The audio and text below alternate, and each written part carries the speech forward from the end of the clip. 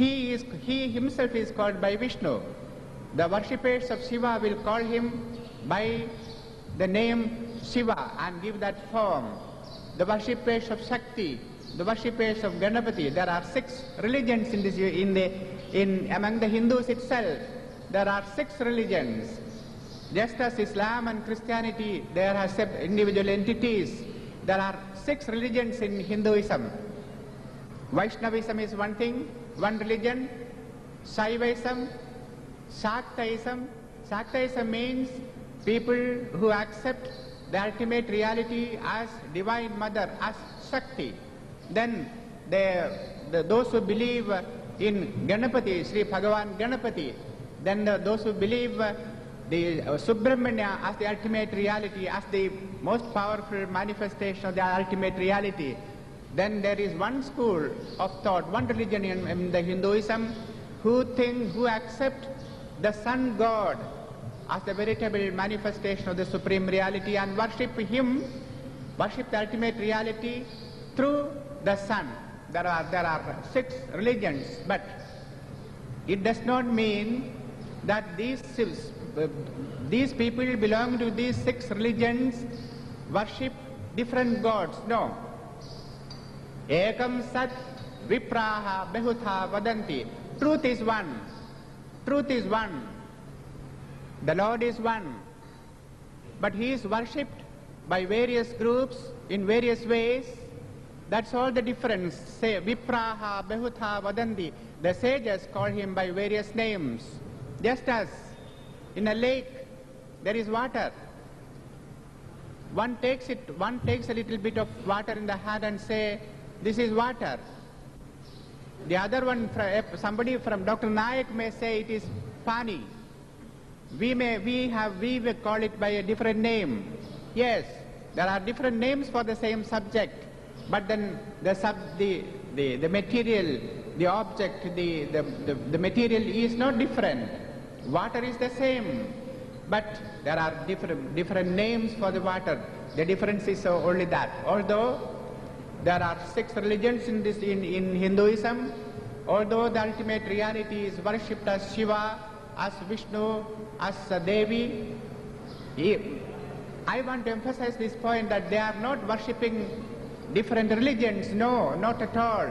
It is the ultimate reality. It is the same God proclaimed by the Shrutis, by the Vedas. It is the ultimate reality. Everyone is worshipping through this form, through this name. Therefore, there are these 6 religions in Hinduism, but although they have different concepts, they worship the Lord, ultimate reality in different ways, but they are worshipping the one and the same God. Philosophies, 3 types of philosophies.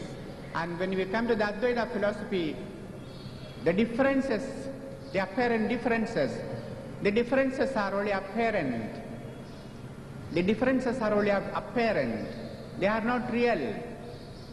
Ultimately speaking, if we have come from him, the word has come from him,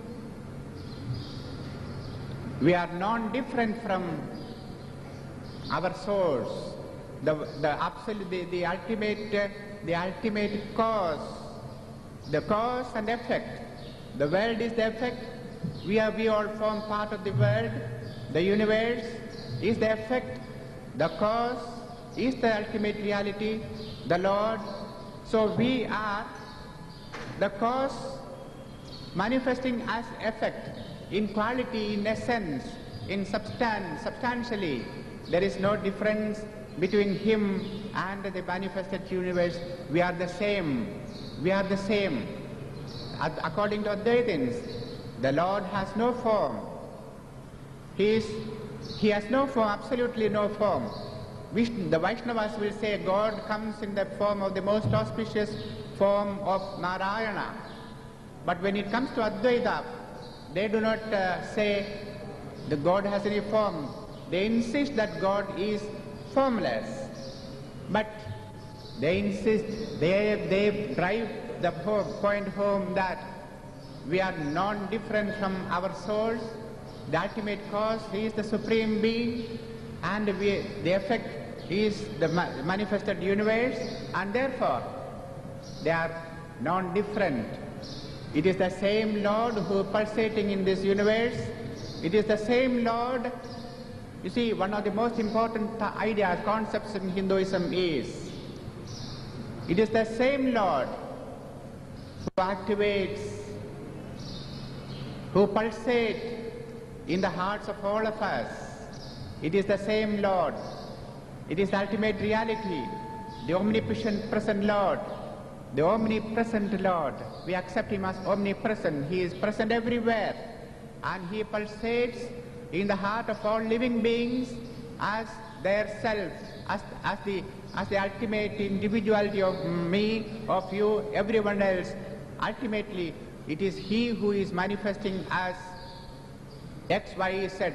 Therefore, there is substantially, there is no difference between the Lord and the world, all of us.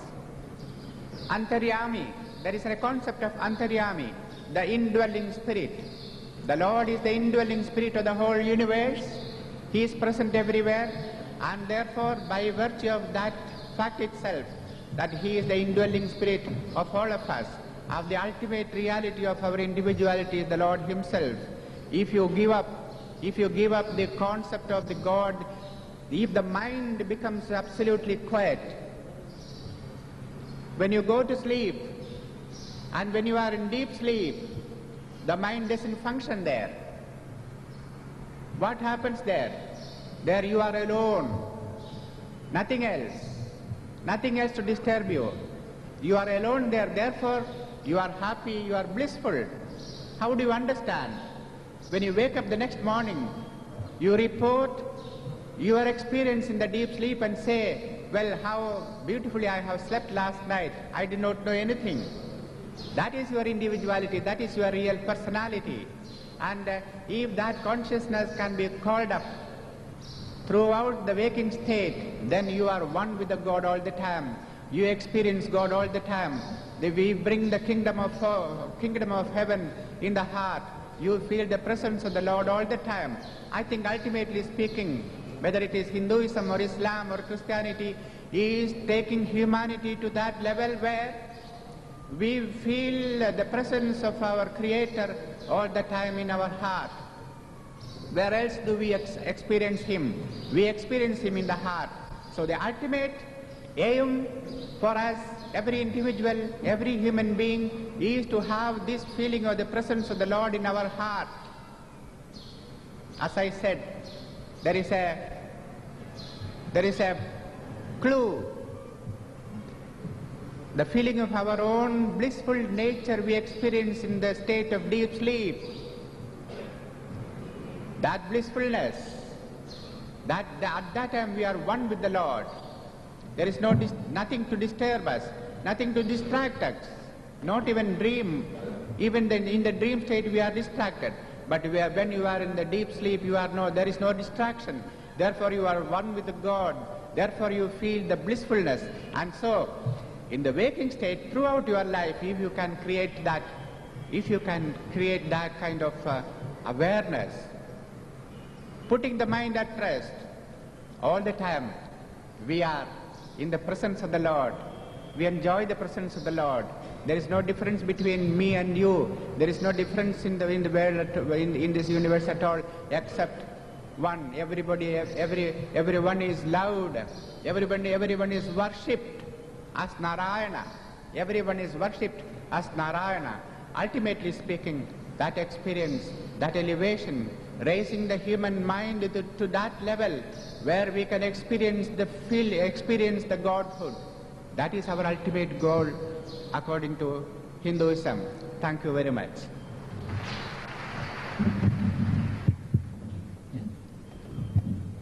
Thank you, Swami Golokananda.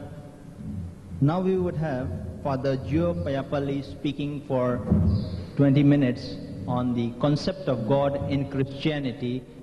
Brothers and sisters, may we welcome Father Payapalli. The Chairperson, Dr. Muhammad Naik, Swamiji, Golokananda,